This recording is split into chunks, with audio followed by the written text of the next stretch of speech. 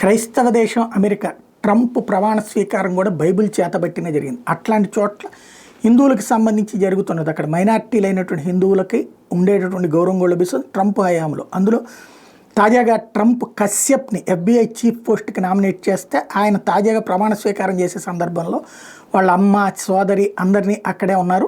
ఆ టైంను ప్రస్తావించుకొచ్చాడు. ఈరోజు ఇక్కడ కూర్చున్న మా నాన్న మా అమ్మ అంజనాను నేను స్వాగతించాలి, వాళ్ళు ఇండియా నుండి ఇక్కడికి వచ్చారు, అట్లాగే మా సోదరు కూడా ఇక్కడే ఉంది, ఆమె కూడా ఈరోజు ఇక్కడ నాతో ఉండటానికి సముద్రాలు దాటొచ్చింది అని చెప్తూ నా ప్రపంచం మీరే, జై శ్రీకృష్ణ అంటూ కశ్యప్ పటేల్ చేసినటువంటి నినాదం అక్కడ ఉన్నటువంటి అందరి అప్రిసియేషన్ గురైంది.